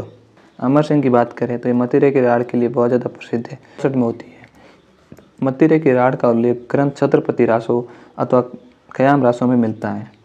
इस ग्रंथ के रचनाकार थे काशी छंगाणी जी। इसके अनुसार जाखमिया गांव नागौर में रूपा किसान के खेत में बेल थी तथा सिलाना गांव बीकानेर के रूका किसान के खेत में मतीरा था। इन दोनों को लेकर विवाद होता है। अमर सिंह और करण सिंह के मध्य इसमें युद्ध होता है, जिसमें अमर सिंह की विजय होती है। 1883 में किस जनजाति के किसानों ने बांसवाड़ा और डूंगरपुर क्षेत्र में गोविंदगिरी आंदोलन प्रारंभ किया था? वो जनजाति थी भील जनजाति। और गुरु गोविंदगिरी जी की बात करें, इनका जन्म 1858 में तथा देहांत 1931 में होता है। इनका जन्म बांसवाड़ा तथा बेड़चा गाँव डूंगरपुर में होता है। ये एक बंजारा परिवार से संबंधित थे। गुरु गोविंदगिरी जी की बात करें, इन्होंने 1883 में संप सभा की स्थापना की, जिसका उद्देश्य भीलों में राजनीतिक चेतना लाना था और इसकी वार्षिक बैठक मानगढ़ पहाड़ी पर होती थी। और भगत पंथ की स्थापना भी गुरु गोविंद सिंह ने भीलों में सामाजिक व धार्मिक जन जागरण हेतु की थी। और मानगढ़ हत्याकांड 17 नवंबर 1913 को होता है, जिसमें लगभग 1500 भील शहीद हो जाते हैं। अगला प्रश्न है, राजस्थान में हुए एक ही आंदोलन का नेतृत्व किसने किया? एक ही आंदोलन का नेतृत्व मोतीलाल तेजावत जी ने किया था। तेजावत जी की बात करें, इनका जन्म 1886 में और देहांत 1963 में होता है। ये उदयपुर रियासत के झाड़ोल ठिकाने के कोलियरी गांव से संबंधित थे और ये ओसवाल तथा बनिया परिवार से इनका संबंध था। इन्होंने एक ही आंदोलन 1921 में प्रारंभ किया था। इसका प्रारंभ मातृकुंडिया गांव चित्तौड़गढ़ से होता है। नीमड़ा हत्याकांड 7 अथवा 6 मार्च 1922 को होता है। इसमें तेजावत जी द्वारा आयोजित सम्मेलन पर भील कोर ने फायरिंग कर दी थी। इसमें लगभग 1200 भील शहीद हो गए थे। अगले प्रश्न की बात करें, 1883 में राजस्थान में संप सभा की स्थापना क्यों की गई थी? संप सभा की स्थापना भीलों में राजनीतिक चेतना पैदा करने हेतु की गई थी, यानी कि जनजाति समुदाय में स्वास्थ्य जागरूकता पैदा करना, आदिवासी क्षेत्रों के लिए मुफ्त भोजन उपलब्ध कराना। ऑप्शन सी, जनजातियों में राजनीतिक जागरूकता पैदा करने के लिए। ऑप्शन सी करेक्ट आंसर है। नेक्स्ट है, राजस्थान में बिजूलिया किसान आंदोलन कब प्रारंभ हुआ? राजस्थान में बिजूलिया किसान आंदोलन 1897 में प्रारंभ हुआ। अगर बिजूलिया की बात की जाए तो वर्तमान भीलवाड़ा जिले में अवस्थित है और बिजूलिया के प्राचीन नाम विजयवल्ली अथवा विंध्यवल्ली मिलता है। इसे 3 चरणों में पढ़ा जाता है। पहला चरण 1897 से 1915 तक, जिसकी अध्यक्षता अथवा नेतृत्व साधु सीताराम दास जी करते हैं। दूसरा चरण 1915 से 1923, जिसका नेतृत्व विजय सिंह पथिक जी करते हैं। और तीसरा चरण 1923 से 1941, जिसका नेतृत्व जमनालाल बजाज जी करते हैं। अगला प्रश्न, राजस्थान के निम्न में से किस नगर में सांगानेरी गेट स्थित है? सांगानेरी गेट जयपुर में अवस्थित है। अगले प्रश्न की बात करें, राजस्थान आकार में खाली जगह है। राजस्थान आकार, ऑप्शन ए कह रहा है त्रिभुजाकार, ऑप्शन बी कह रहा है समांतर असम चतुर्भुजाकार, ऑप्शन सी कह रहा है पंचभुजाकार और ऑप्शन डी कह रहा है षष्ठकोणीय। राजस्थान चतुर्भुजाकार अथवा पतंगाकार माना जाता है, यानी कि ऑप्शन बी करेक्ट आंसर है। निम्न में से कौन सा जिला राजस्थान के मेवाड़ क्षेत्र का भाग है? मेवाड़ क्षेत्र का भाग Chittorgarh. Option D correct answer है। अगला प्रश्न है, राजस्थान में निम्नलिखित में से कौन सा राष्ट्रीय उद्यान अपने पक्षी जीवों के लिए प्रसिद्ध है? पक्षी जीवों के लिए प्रसिद्ध राष्ट्रीय उद्यान की बात करें तो भरतपुर का केवलादेव राष्ट्रीय उद्यान। ऑप्शन बी करेक्ट आंसर है। केवलादेव राष्ट्रीय उद्यान की बात करें तो यह भरतपुर में अवस्थित है तथा राजस्थान की एकमात्र प्राकृतिक विश्व धरोहर है। ये भारत की प्रथम रामसर साइट है। केवलादेव और चिल्का झील भारत की प्रथम रामसर साइट है। केवलादेव को जलापूर्ति अजान बांध से होती है। ये राजस्थान का दूसरा व सबसे छोटा नेशनल पार्क है। अगर सरिस्का नेशनल पार्क की बात करें तो अलवर में अवस्थित है। यह हरे कबूतरों के लिए प्रसिद्ध है। राजस्थान की दूसरी ये बाघ परियोजना है। दर्रा अथवा मुकुंदरा हिल्स नेशनल पार्क की बात करें तो कोटा में अवस्थित है और अगर इसका विस्तार देखा जाए कोटा, झालावाड़, बूंदी और चित्तौड़गढ़ में। ये राजस्थान की तीसरी बाघ परियोजना है जिसे 10 अप्रैल 2013 को घोषित किया गया था। ये गागरोनी तोता हेतु भी प्रसिद्ध है। इसमें अबलीमिनी महल भी अवस्थित है। नेक्स्ट बात करें रणथंभौर राष्ट्रीय उद्यान की। ये सवाई माधोपुर में अवस्थित है। ये राजस्थान का प्रथम नेशनल पार्क है तथा प्रथम बाघ परियोजना है। इसे बाघों का घर भी कहा जाता है। अक्टूबर 2021 तक के अनुसार निम्नलिखित में से कौन सा राजस्थान का विशेष आर्थिक जोन यानी कि स्पेशल इकोनॉमिक जोन नहीं है? नहीं की बात करें तो Bal Bharti infrastructure private limited Jaipur, यानी ऑप्शन बी करेक्ट आंसर। अगले प्रश्न की बात करें, निम्नलिखित में से किसे भारत के टेक्सटाइल सिटी के रूप में जाना जाता है? भारत के टेक्सटाइल सिटी के रूप में भीलवाड़ा को जाना जाता है। इस ग्रेनाइट पावर प्लांट राजस्थान के किस जिले में स्थित है? अगर वीएस लिग्नाइट पावर प्लांट की बात करें तो राजस्थान के बीकानेर जिले में अवस्थित है। और बीकानेर में अन्य पावर प्लांट की बात करें तो वह गढ़ा, हाड़ला और नवेली, ये 3 अन्य पावर प्लांट भी बीकानेर में अवस्थित है। अगर बाड़मेर में बात करें तो गिरल, करपुरडी, बारदेस पावर प्लांट अवस्थित है। और 12 में बात करें तो छबड़ा और कवई पावर प्लांट अवस्थित है। बांसवाड़ा की बात की जाए तो यहाँ दानपुर और बांसवाड़ा पावर प्लांट अवस्थित है। अगला प्रश्न, जून 2021 में लागू की गई मुख्यमंत्री अनुवृत्ति कोचिंग योजना आर्थिक रूप से कमजोर वर्ग के खाली जगह छात्रों के लिए है। ये प्रतियोगी परीक्षाओं की तैयारी करने वाले छात्रों के लिए। ऑप्शन बी करेक्ट आंसर है। अगले प्रश्न की बात करें तो राजस्थान के मुख्यमंत्री ने 2021 में सद्भावना दिवस पर किस योजना का शुभारंभ किया था? ये सद्भावना दिवस हमेशा मनाया जाता है 20 अगस्त को, राजीव गांधी की जयंती पर। 20 अगस्त राजीव गांधी की जयंती पर मनाया जाता है। अगर 2021 में बात करें तो राजीव गांधी की 77वीं जयंती थी, 77वीं जयंती। और 77वीं जयंती के उपलक्ष्य में मुख्यमंत्री जी ने अन्नपूर्णा रसोई योजना, वसुंधरा रसोई योजना, इंदिरा रसोई योजना, राजीव गांधी रसोई योजना, इसमें से किसी का भी शुभारंभ नहीं किया था, यानी कि ये भी एक बोनस मार्क है। मुख्यमंत्री ने 20 अगस्त 2020 को इंदिरा रसोई योजना की शुरुआत की थी, बट 21 में किसी की शुरुआत नहीं की थी। 21 अगस्त 2021 की बात करें तो राजस्थान किसान साथी पोर्टल की शुरुआत की थी। निम्नलिखित में से कौन सी राजस्थान की स्वदेश दर्शन योजना के तहत थीम आधारित पर्यटन सर्किट नहीं है? ऑप्शन ए है डिजर्ट सर्किट, ये है। ऑप्शन बी है स्पिरिचुअल सर्किट, ये भी है। ऑप्शन सी है हेरिटेज सर्किट, ये भी है। ऑप्शन डी नाथ द्वारा सर्किट, ये नहीं है। Option D correct answer. अगला प्रश्न है, जनजाति कल्याण प्रकोष्ठ यानी कि ट्राइबल वेलफेयर सेल की स्थापना खाली जगह में राजभवन जयपुर में की गई थी। अगर ट्राइबल वेलफेयर सेल की स्थापना की बात करें तो 2011 में होती है। ऑप्शन बी करेक्ट आंसर है। अगला प्रश्न है, नागौर जिले में बू गांव के लिए प्रसिद्ध है। अगर बू गांव की बात करें, ये मिट्टी के खिलौने के लिए प्रसिद्ध है, मिट्टी के खिलौनों हेतु प्रसिद्ध है। हाथी दांत के कार्य, नीली मिट्टी के बर्तन, टेराकोटा और मीनाकारी, यहाँ पर भी एक ये बोनस मार्क है। अगर हाथी दांत के कार्य की बात करें, ये जयपुर और जोधपुर के प्रसिद्ध है, जयपुर और जोधपुर के प्रसिद्ध है। और नीली मिट्टी के बर्तन की बात करें तो ये ब्लू पोट्री जयपुर की प्रसिद्ध है। ब्लू पोट्री नीली मिट्टी के बर्तन है तो ब्लू पोट्री जयपुर की प्रसिद्ध है। टेराकोटा की बात करें तो मिट्टी के बर्तन बनाने की कला टेराकोटा कहलाती है। ये मौदेला गांव राजसमंद की प्रसिद्ध है, मौदेला गांव राजसमंद की प्रसिद्ध है। मीनाकारी की बात करें तो सोने के आभूषणों में रंग भरने का कार्य मीनाकारी कहलाता है, ये भी जयपुर का प्रसिद्ध है। और एशिया की सबसे बड़ी मीनाकारी मंडी gems and jewellers park Sitapura Jaipur में अवस्थित है, सीतापुरा जयपुर में अवस्थित। अगला प्रश्न है, राजस्थानी लोक चित्र में कौन सा कपड़े पर नहीं बनाया जाता है? ऑप्शन ए पट, ऑप्शन बी पिछवाई, ऑप्शन सी फड़ एंड ऑप्शन डी पतवारी। पतवारी कपड़े पर नहीं बनाई जाती है। अगला प्रश्न है, निम्नलिखित में से किस लोक देवता का जन्म राजस्थान के चूरू जिले के ददरेवा में हुआ? अगर ददरेवा चूरू की बात करें तो वहाँ जन्म गोगा जी का होता है।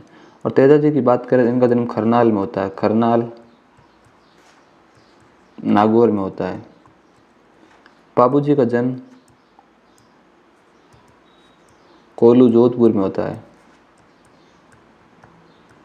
और देवनारायण जी की बात करें, इनका जन्म मातेश्वर डूंगरी गोट दंडावत आसिंद भीलवाड़ा में होता है।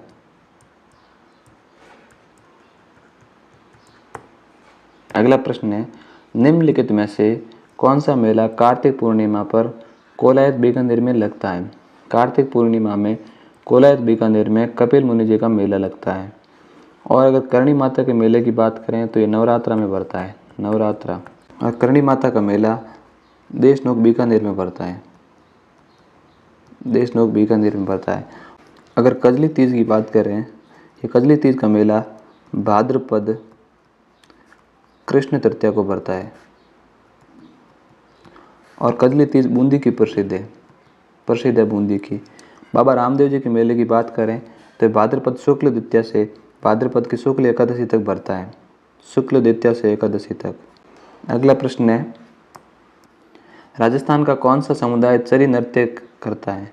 चरी नृत्य राजस्थान के गुर्जर समुदाय द्वारा किया जाता है तथा इस नृत्य में महिलाएं दैनिक जीवन में पानी इकट्ठा करने की कला का चित्रण करती है। समुदाय की बात करें तो उनका एक चरी नृत्य प्रसिद्ध है जिसमें दैनिक जीवन में पानी इकट्ठा करने की कला का चित्रण होता है। इसकी प्रसिद्ध नृत्यांगना थी फल्गुबाई तथा वर्तमान में प्रसिद्ध नृत्यांगना है सुनीता रावत। दूसरा गुर्जर समुदाय का प्रसिद्ध नृत्य है बलेंदी और अगर भीलों के नृत्य की बात करें तो इसकी शॉर्ट ट्रिक है भीलों की गौरी, गैरों के युद्ध में रम पीकर द्विचक्री घूमी। इसमें देखो ये तो हो गए भीलों के लिए, ये गौरी नृत्य, गैर नृत्य, युद्ध नृत्य, रमण नृत्य, द्विचक्री नृत्य और घूमरा नृत्य। भीलों के दो अन्य नृत्य भी, एक हाथीमन्ना नृत्य और एक नेजा नृत्य। अगर बंजारा समुदाय की बात की जाए तो उनका एक राजतुड़ा नृत्य बाड़मेर का प्रसिद्ध है।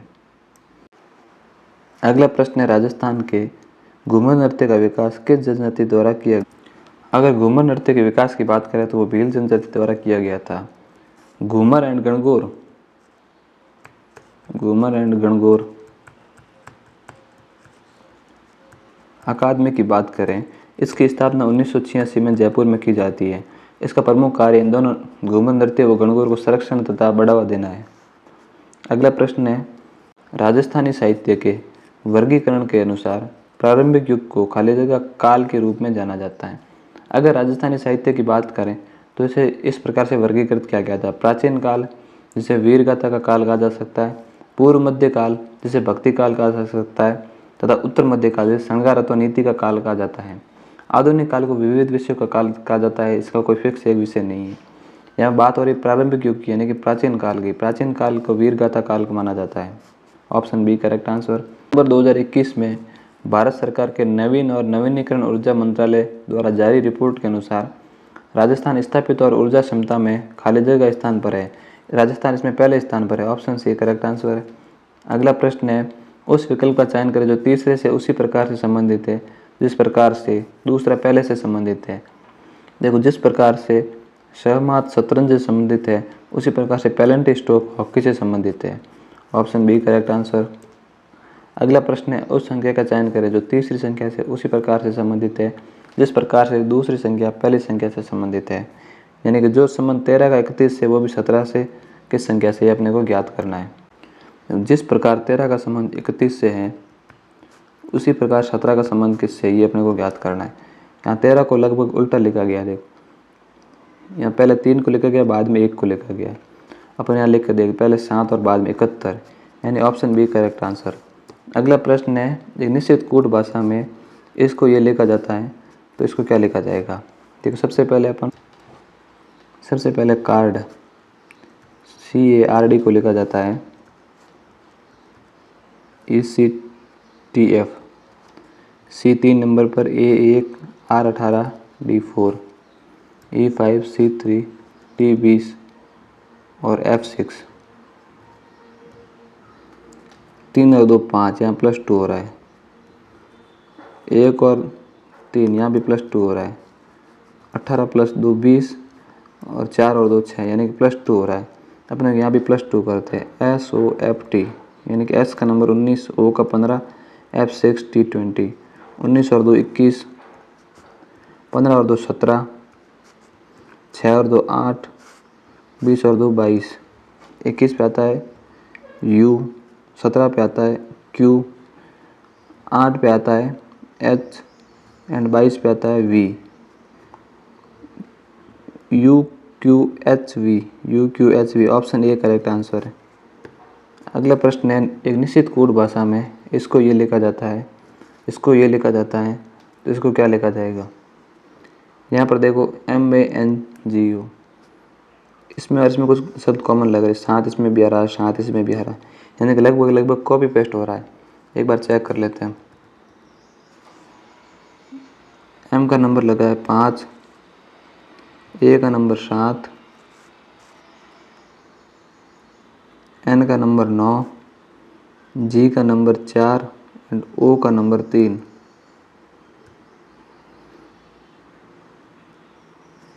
इसी प्रकार से यहाँ लगा था L का नंबर 8, E का नंबर 1, A का नंबर 7, यानी कि यहाँ भी A7 और D का नंबर 6। तो अपने इसको लिखना है। A का नंबर है 7, L का नंबर है 8, M का नंबर है 5, O का नंबर है 3, N का नंबर है 9 एंड D का नंबर है 6। 78 5 396, 78 5 396, यानी कि ऑप्शन बी करेक्ट आंसर। एक लड़का एक लड़की का परिचय अपनी इकलौती बुआ के माँ के इकलौते बेटे के बेटी के रूप में करता है। लड़की का लड़के से क्या संबंध है? यहाँ जो लड़का कह रहा है अपनी इकलौती बुआ यानी कोई लड़का है, ये इसके पिता, और पिताजी की बहन ये लड़के की होगी बुआ। बुआ की माँ यानी कि पिताजी की माँ के इकलौते बेटे यानी कि इसके पिताजी की माँ का इकलौता बेटा यानी कि लड़के का पिताजी की बेटी के रूप में, यानी कि इसकी बेटी लड़के, वो लड़की लड़के की बहन हो गई। लड़की और लड़के में भाई बहन का संबंध हो गया, यानी कि ऑप्शन ए करेक्ट आंसर बहन। अगला प्रश्न है, एक बिल्ली पश्चिम की ओर 50 मीटर दौड़ती है। तो बिल्ली पश्चिम की ओर 50 मीटर दौड़ती है, फिर से बाएं मुड़ती है और पश्चिम की ओर 50 मीटर दौड़ती है। ये बाएं मुड़ी और पश्चिम की ओर 50 मीटर दौड़ती है। इसके बाद वो फिर से बाएं मुड़ती है और 50 मीटर दौड़ती है, फिर से बाएं मुड़ी और 50 मीटर दौड़ती है। अंत में बिल्ली प्रारंभिक बिंदु से किस दिशा में, अगर प्रारंभिक बिंदु से बात करें, ये प्रारंभिक बिंदु और बिल्ली यहाँ पर है, यहाँ से बात करें इस दिशा में यानी कि दक्षिण दिशा में। Option C correct answer. अगला प्रश्न है, निम्नलिखित प्रश्न में एक कथन उसके बाद निष्कर्ष फर्स्ट व सेकंड दिए गए कथन को सत्य मानते हुए निर्धारित करें कि कौन से निष्कर्ष दिए गए कथन का अनुसरण करते हैं। कथन है, जापानी वास्तुकला को दुनिया में सबसे अच्छी वास्तुकला में से एक माना जाता है। यानी कि कथन कह रहा है कि जापानी वास्तुकला दुनिया में अच्छी वास्तुकला में से एक है। पहला निष्कर्ष कह रहा है किसी अन्य देश की सबसे अच्छी वास्तुकला नहीं है, ये नहीं, किसी अन्य की बात ही नहीं हो रही, किसी में से यानी कहीं और भी अच्छी वास्तुकला है। पहला निष्कर्ष गलत है। जापानी वास्तुकला की अनूठी विशेषता ने इसे लोकप्रिय बनाया है। इसमें अनूठी विशेषता की कोई बात नहीं हो रही, यानी कि ऑप्शन बी भी गलत है। यानी कि निष्कर्ष फर्स्ट व सेकंड दोनों गलत है, फर्स्ट व सेकंड दोनों गलत है। निष्कर्ष फर्स्ट और सेकंड दोनों अनुसरण करते हैं, न तो फर्स्ट और न ही सेकंड, यानी कि ऑप्शन बी करेक्ट आंसर है। निम्नलिखित प्रश्न में एक कथन और उसके बाद दो निष्कर्ष फर्स्ट व सेकंड दिए गए हैं। दिए गए कथन को सत्य मानते हुए निर्धारित करें कि कौन से निष्कर्ष दिए गए कथन का अनुसरण करते हैं। कथन कह रहा है, केंद्र सरकार ने पानी की समस्या का समाधान करने के लिए राज्य में बांध निर्माण किया है। यानी कि पानी की समस्या का समाधान हेतु केंद्र सरकार ने बांधों का निर्माण किया। निष्कर्ष पहला कह रहा है, बांध पानी की समस्या का समाधान करते हैं, यानी कि समाधान कर रहा तभी तो सरकार ने बनाए हैं, यानी कि पहला अनुसरण करता है। निष्कर्ष सेकंड कह रहा है, जिन राज्यों में बांध नहीं है वे राज्य पानी की समस्या से जूझ रहे हैं। ये जरूरी नहीं है कि बांध नहीं है फिर पानी की समस्या से जूझ रहे हैं। जहाँ समस्या आ रही है वहाँ बांध का निर्माण करके इसका सॉल्यूशन किया जा सकता है। यानी कि निष्कर्ष केवल एक सही है। निष्कर्ष एक व दोनों अनुसरण करते हैं, ऑप्शन बी भी गलत। सी, ऑप्शन सी करेक्ट है, केवल निष्कर्ष एक अनुसरण करता है। अगले प्रश्न की बात करें, निम्नलिखित प्रश्न में एक कथन है, उसके बाद दो अवधारणा फर्स्ट और सेकंड दी गई है। दिए गए कथन को सत्य मानते हुए निर्धारित करें कि कौन सी अवधारणा अथवा धारणा कथन में निहित है। कथन कह रहा है, फूलों का एक गुलदस्ता किसी ऐसे व्यक्ति के लिए एक आदर्श उपहार होता है जिससे आप प्यार करते हैं। अवधारणा फर्स्ट कह रही है, फूलों के गुलदस्ते को उपहार देने योग्य वस्तु में माना जा सकता रहा तभी ये दे जा रहा है। ऑप्शन ए बिल्कुल सही है। अवधारणा फर्स्ट बिल्कुल अनुसरण कर रही है। अवधारणा सेकंड है, आमतौर पर लोग अपने प्रियजन को उपहार देते हैं। उपहार देते तभी यहाँ उपहार की बात हो रही है, यानी कि धारणा दो भी सही है। ऑप्शन ए न तो एक और न ही दो, पहला गलत। धारणा फर्स्ट व सेकंड दोनों नहीं थे, ऑप्शन बी करेक्ट आंसर है। अगला प्रश्न है, दिए गए विकल्प में वह संख्या चुनिए जो अन्य से असंगत है। संख्या 37, 79, 122 एंड 13। ये एक अभाज्य संख्या है, ये भी एक अभाज्य संख्या है, ये अभाज्य नहीं है, ये भी एक अभाज्य संख्या है। ये तीनों एक अभाज्य संख्या है,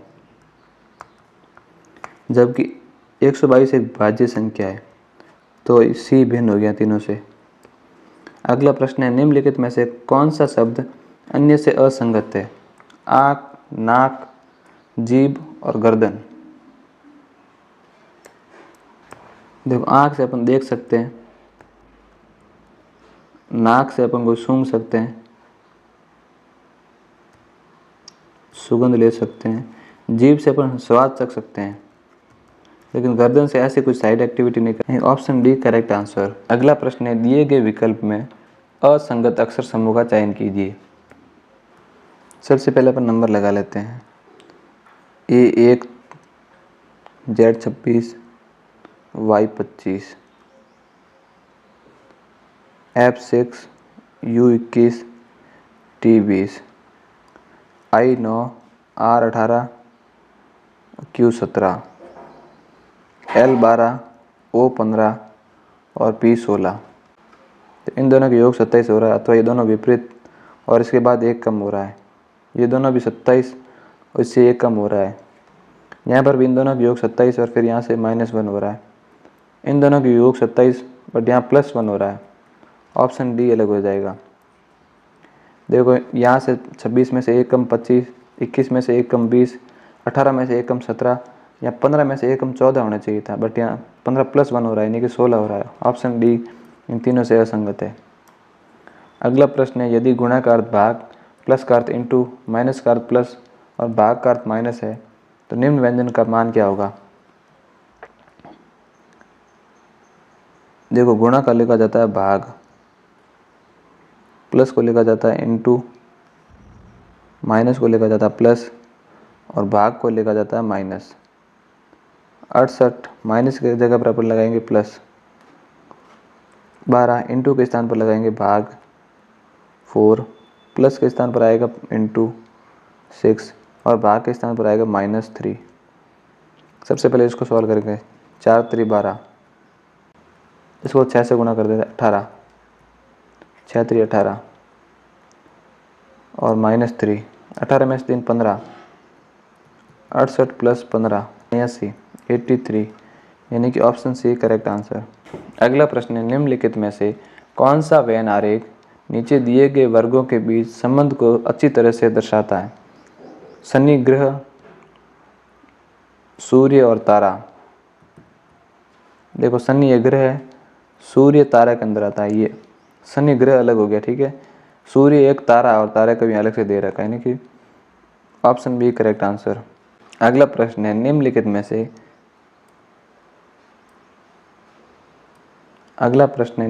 में से कौन सा आरेख नीचे दिए गए वर्ग के बीच संबंध को सबसे अच्छी तरीके से दर्शाता है। बैंगनी, नारंगी और रंग। बैंगनी और नारंगी दो अलग अलग प्रकार के रंग है, यानी कि ऑप्शन सी करेक्ट आंसर। एक पासे की 3 विभिन्न स्थितियां दर्शाई गई है। ज्ञात करें कि कौन सा चिन्ह चिन्ह वाले फलक के विपरीत फलक पर होगा। देखो सबसे पहले देखते हैं अपने चिन्ह। इसमें कॉमन क्या है। देखो इसमें और इसमें ये एंड कॉमन है, तो यहाँ से चलते हैं क्लॉकवाइज।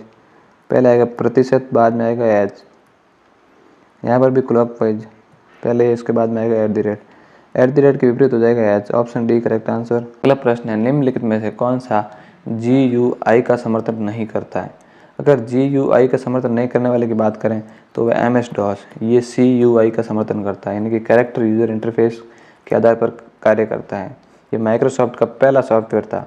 ये माइक्रोसॉफ्ट का पहला ऑपरेटिंग सिस्टम सॉफ्टवेयर था MS-DOS। MS-DOS को माइक्रोसॉफ्ट द्वारा 1981 में लॉन्च किया गया था।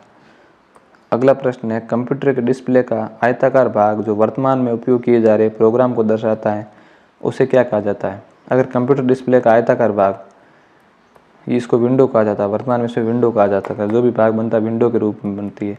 निम्नलिखित में से कौन सा सबसे आम GUI आधारित ऑपरेटिंग सिस्टमों में से एक है जिसे माइक्रोसॉफ्ट द्वारा विकसित किया गया था। माइक्रोसॉफ्ट द्वारा विकसित GUI आधारित सॉफ्टवेयर विंडोज़ है। विंडोज़ को लॉन्च 20 नवंबर 1985 को किया गया था। इसके लेटेस्ट संस्करण की बात करें जो विंडो 10 है, इसे 29 जुलाई 2015 को लॉन्च किया था और वर्तमान में विंडोज़ 11 को लॉन्च करने की बात चल रही है। अगर विंडोज़ के संस्करण की बात करें तो Windows 95, Windows 98, Windows XP, Windows Vista, Windows 7, window 8, window 8.1, window 10 और विंडो 11 ये वर्तमान में विंडोज़ के संस्करण है। अगले प्रश्न की बात करें, प्रत्येक वेब पेज को एक URL द्वारा दर्शाया जाता है। URL का विस्तारित रूप क्या है। URL के विस्तारित रूप की बात करें, यूनिफॉर्म रिसर्च लोकेटर, यानी कि uniform research locator. Option A correct answer. अगला प्रश्न है, निम्नलिखित विकल्पों में से कौन सा एक सॉफ्टवेयर इंटरफेस प्रदान करता है जो आपको www पर हाइपरलिंक्ड संसाधनों पर क्लिक करने की अनुमति देता है। हाइपरलिंक पर क्लिक करने की अनुमति ब्राउज़र देता है, यानी ऑप्शन सी करेक्ट आंसर। अगला प्रश्न है, निम्नलिखित में से कौन कंप्यूटर सिस्टम के समग्र कामकाजों को नियंत्रित करता है। कंप्यूटर सिस्टम के समस्त कामकाजों को नियंत्रित सीयू करता है, यानी कि कंट्रोल यूनिट करता है। अगर सीपीयू की बात की जाए, जिसका पूर्ण रूप है सेंट्रल प्रोसेसिंग यूनिट, यानी कि केंद्रीय प्रक्रिया इकाई। इसके अन्य नाम की बात करें तो ब्रेन ऑफ कंप्यूटर प्रोसेसर अथवा माइक्रो प्रोसेसर के नाम से जाना जाता है। इसके 3 भाग होते हैं, एएलयू, सीयू और एमयू। एएलयू की बात करें जिसका पूर्ण रूप है अर्थमेटिक लॉजिकल यूनिट, ये अर्थमेटिक व लॉजिकल ऑपरेशन करता है। जबकि सीयू के पूर्ण रूप की बात करें तो कंट्रोल यूनिट, ये प्रोसेसर के समस्त कार्य को नियंत्रित करता है। अगला है एमयू, यानी कि मेमोरी यूनिट, जिसे रजिस्टर भी कहा जा सकता है। अगला प्रश्न है, निम्नलिखित विकल्पों में से कौन सा भंडारण उपकरणों के उनकी भंडारण क्षमता के संदर्भ में सही क्रम दर्शाता है? कैश मेमोरी, प्राथमिक मेमोरी और द्वितीयक मेमोरी। अगला कैश मेमोरी, प्राथमिक मेमोरी, द्वितीयक मेमोरी।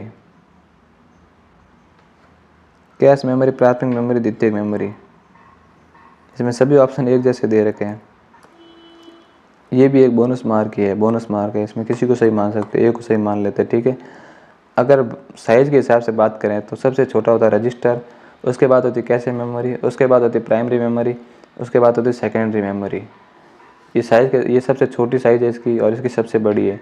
इसकी सबसे तेज़ गति है और इसकी सबसे धीमी गति है इनकी तुलना में। इस साइड साइज़ बढ़ती है और इस साइड गति बढ़ रही है अपने।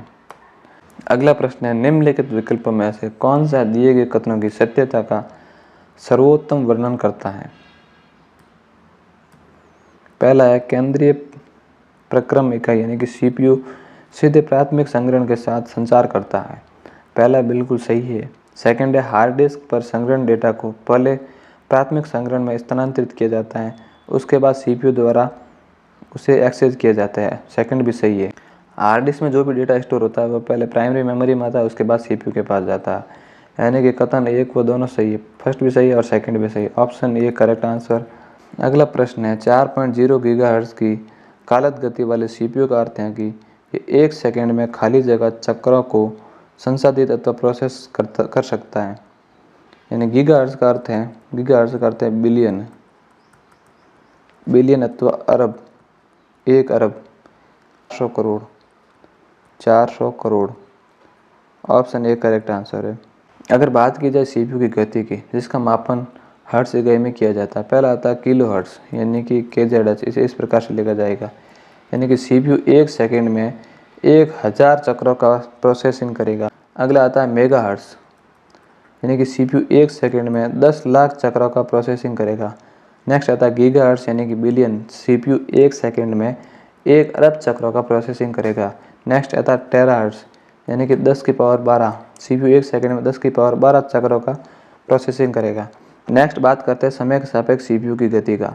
पहला आता है मिली सेकंड। अगर कोई 1 केजेड यानी कि 1 किलो हर्ट्ज़ की कोई अगर डाटा है तो उसे सीपीयू को प्रोसेस करने में 1 सेकंड का 1000वां भाग समय लगेगा। इसी प्रकार से माइक्रो सेकंड, नैनो सेकंड और पिको सेकंड होते हैं, ठीक है। कभी कभार इनकी भी फुल फॉर्म पूछ ली जाती है। पहले है MIPS यानी कि मिलियन इंस्ट्रक्शन पर सेकंड, और दूसरी है BIPS यानी कि बिलियन इंस्ट्रक्शन पर सेकंड। यानी कि बिलियन इंस्ट्रक्शन पर सेकंड। अगला प्रश्न है, फाइल प्रबंधन के संदर्भ में FAT का पूर्ण रूप क्या है? FAT का रूप है फाइल एलोकेशन टेबल, यानी कि ऑप्शन ए करेक्ट आंसर। अगर MS विंडोज़ की बात करें तो ये मुख्यतः 2 प्रकार के फाइल सिस्टम का उपयोग करता है। पहला सिस्टम है FAT, जिसकी अपने फुल फॉर्म देख ली, फाइल एलोकेशन टेबल। दूसरा है NTFS यानी कि न्यू टेक्नोलॉजी फाइल सिस्टम का उपयोग करता है। अगला प्रश्न है, निम्नलिखित में से किस प्रकार का ऑपरेटिंग सिस्टम एक से अधिक माइक्रो प्रोसेसर का उपयोग करता है? एक से अधिक माइक्रो प्रोसेसर की बात करें तो मल्टी प्रोसेसर ऑपरेटिंग सिस्टम होता है, multi processing operating system. Option B correct answer है।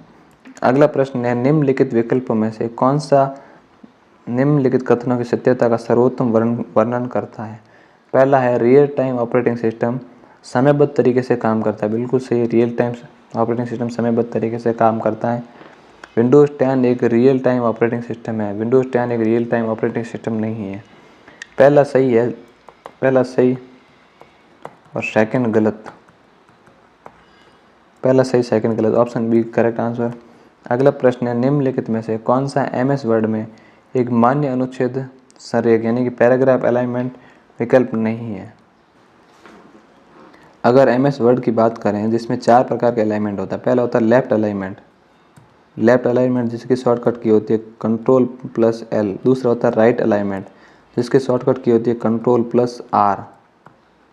तीसरा होता है सेंटर अलाइनमेंट यानी कि सेंटर